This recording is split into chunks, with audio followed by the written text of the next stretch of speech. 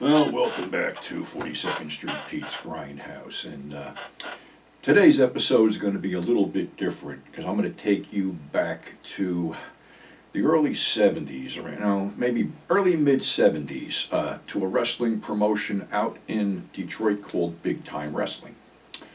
And Big Time Wrestling was incorporated in a movie that was produced and directed by Donald Jackson and Brian Greenberg. Donald Jackson, if you will remember, also put out The Demon Lover with Gunnar Hansen with an afro, which is probably the only selling point of that movie. But he also wound up doing a lot of New World stuff, Roddy Piper, Hell Comes to Frogtown, some Rollerblade, whatever the hell was going on with that. He was a prolific guy. But him and his partner got into Big Time Wrestling to make a movie tentatively called Ring of Hell or something like that. It was going to be a horror movie with wrestler The Sheik possessed by the devil. Well, being that you're shooting matches and meeting different characters and stuff like that, they really couldn't do it. So basically the project was shelved until Donald was working for New World Pictures, and New World Pictures decided to release a video on him. So the footage was taken out of mothballs, and this subplot was wrapped around called Stop the Sheik, and it was released as I Like to Hurt People. And it had, a bunch of wrestlers that were working in the Detroit area at that time: Bulldog Don Kent, Andre the Giant, Abdullah the Butcher, Dusty Rhodes, Terry and Dory Funk, Fabulous Kangaroos, Ripper Collins. I say Oxbaker? I might have said Oxbaker. And, of course, Abdullah Farouk and Eddie Creechman. Well, the movie is a mishmash of different things, and it sort of showcases this one wrestler who was at the tail end of Big Time Wrestling called Captain Ed George, who was really Ed Farhat, son of the Sheik. And like I said, the movie's all over the place. It's become a cult item, like a sort of weird 70s time capsule because of the clothing and the attitude in there. But it was released back in, I believe, 85 on VHS. And I don't know what I did with this thing.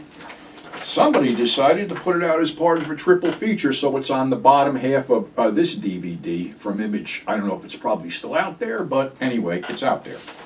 So brings me back to something else. As far as the Sheik goes, and I'm not talking the Iron Sheik, I'm talking the original Sheik that started right after WW2, because Ed Farhat was in the service, fought in World War II in Italy. He created this whole gimmick, the Sheik of Araby. Later on, they dropped the Araby at the bequest of Vince McMahon Sr.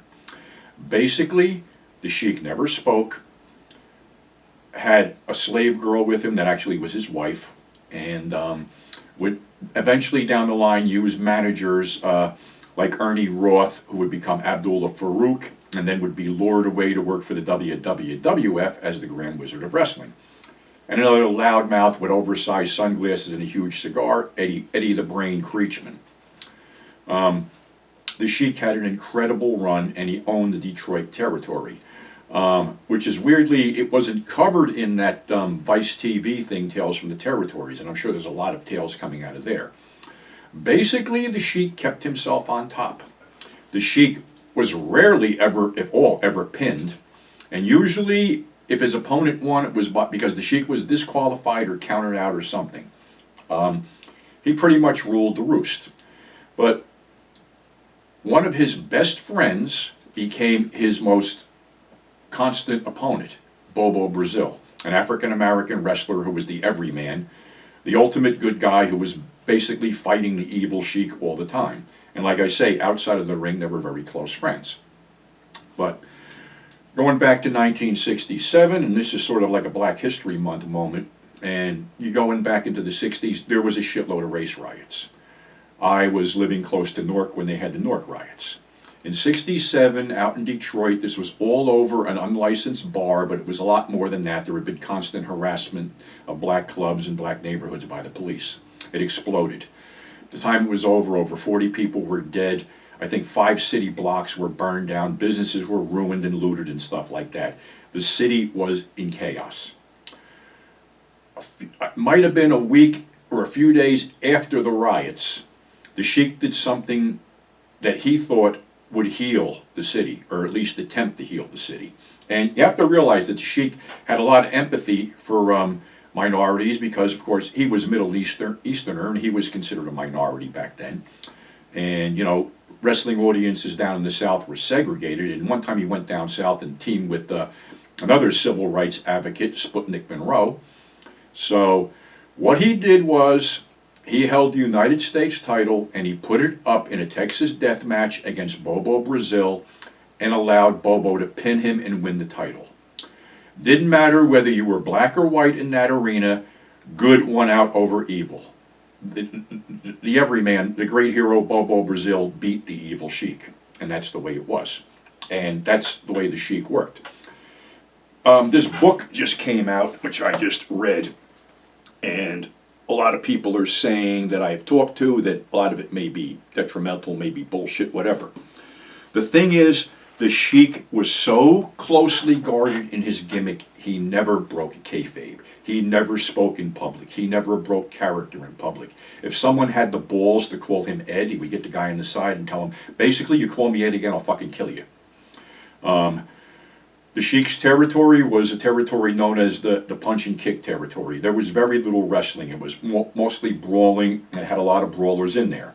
And what a lot of people don't know about the Sheik, because the Sheik's private life and personal life are closely guarded. The Sheik actually trained some people. He trained a big guy named Michael Davis as the Big O, who basically found fame in the WWF as Bugsy McGraw. He trained Abdullah the Butcher a little bit. Abby was a martial arts guy, and of course he stole a lot of the Sheik's gimmick, and of course they were partners and adversaries in a lot of different areas of the country. He also trained Sabu and Rob Van Dam. The Sheik was getting old, but one thing about the Sheik, everybody believed it. Another wrestler who was no stranger to violence and mayhem in the hardcore style was none other than Kevin Sullivan. And Kevin Sullivan said that he attended the Boston Gardens when he was a young guy, and the Sheik basically scared the shit out of him. He said, everything else might be fake, but this fucker's real. And they would cross paths down the road, because when Sabu, there's the backstory too.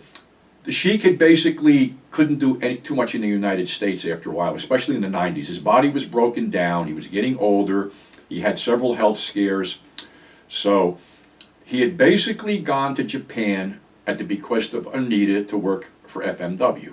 And Onita wanted him to bring somebody with him. Well, he brought Sabu. And Sabu asked him on the way over there, you know, what should I do over there? And the Sheik turned around and looked at him. He goes, do all the crazy shit you were doing when you think my back's turned. So that's how Sabu got over with the high-flying shit, breaking the tables, the barbed wire, or whatever. So he was booked in this match in ECW the night the line was crossed. A three-way dance for the title with him, Terry Funk, and Shane Douglas. Well, before that, there was going to be a tag match. Pat Tanaka and a mystery partner against Kevin Sullivan and the Tasmaniac, who would eventually become Taz. Well, the mystery partner knocked down the entrance to the ring, and it was the Sheik. And Sullivan attacked him right from the get-go because the Sheik could not get into the ring. He was that old. Tanaka and the Tasmaniac wrestled in the ring while the Sheik and Kevin Sullivan brawled around ringside, drawing blood, hitting each other with chairs, the timekeeper's hammer, the timekeeper's bell, until the Sheik threw a fireball into the ring that missed Taz by a mile, but he sold it and then threw one at Kevin. So that was another appearance there. Unfortunately, the Sheik was brought back with, when Sabu really respected his uncle. The Sheik was his uncle, and he really respected him. And up until the day the Sheik died, whenever Sabu went to Japan, he would send a percentage of his earnings to the Sheik, because that was called respect. That was called respecting the guy who brought you to the dance, something that seems to be lost in today's times. But anyway, the Sheik passed away a few years ago, and like I said, his legacy is shrouded in mystery because he never gave out anything at all, period. He just kept the gimmick, the whole aura of mystery about it. And he was a dangerous guy. If you fucked with him, you'd get hurt. Fans would attack him, and he had things secreted in his boots and his tights that he would stab back with. So, again, whether the book is all, bullshit or whatever, there's some truth in there. There's some actual, remembrances from actual wrestlers that worked with him. Some people said he was a bad payoff guy. Some people loved him. It is what it is, that type of thing. Honestly, I was too young to actually see him in action, except for, the FMW tapes and things like that. And basically, he went over there and pretty much these guys let him, let him beat the shit out of them. That's what it came down to. It was a respect thing. A couple bad moments over there with a flaming ring match, which he got burned really bad. And that was a whole misconceived thing where basically they decided to have a tag match in a ring where they wrapped rags around the ropes and soaked them with kerosene and lit them up. Well, when everybody was in the ring, all of a sudden it became apparent that this thing was fucking out of control and they had to get out of the ring, except the Sheik was a little bit too slow in getting out and got burned. So, but he had come back a couple other times. But like I said, he has a huge legacy. You can still see some of his stuff on YouTube, and who knows? But that was a little point in time where the meanest and nastiest professional wrestler of all times decided to heal the city of Detroit by putting the good guy over and actually taking the pinfall instead of a count out or disqualification. So that's the story of the Sheik and the Detroit Riot. Something I got to mention here, I'm sort of like limiting my time on Facebook lately because the social media is getting really too depressing for me. And there's a lot of stuff going on. And I hate to admit it here, but I got to be honest with you people because I've been honest all along. I got a couple bad health problems going on. One's a maybe and one's a definite. And I don't want to say what they are, but, it's sort of called right about now, embrace every day, because, no one's promised tomorrow. And especially, myself. And then, like I said, I try to keep in contact with Gary Kent as much as I can every day. And he's still doing okay. And, another situation is my mother's been in hospice for over a year. She's coherent and with it, but can't get out of bed.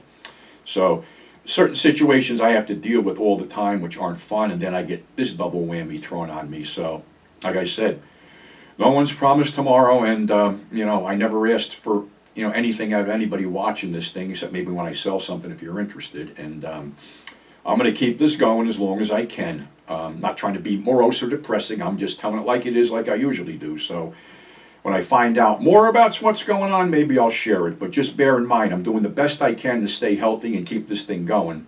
And that's the best I can do. So till next episode, stay safe. Thanks for subscribing. I welcome all the new subscribers, and we'll catch you on the flip side.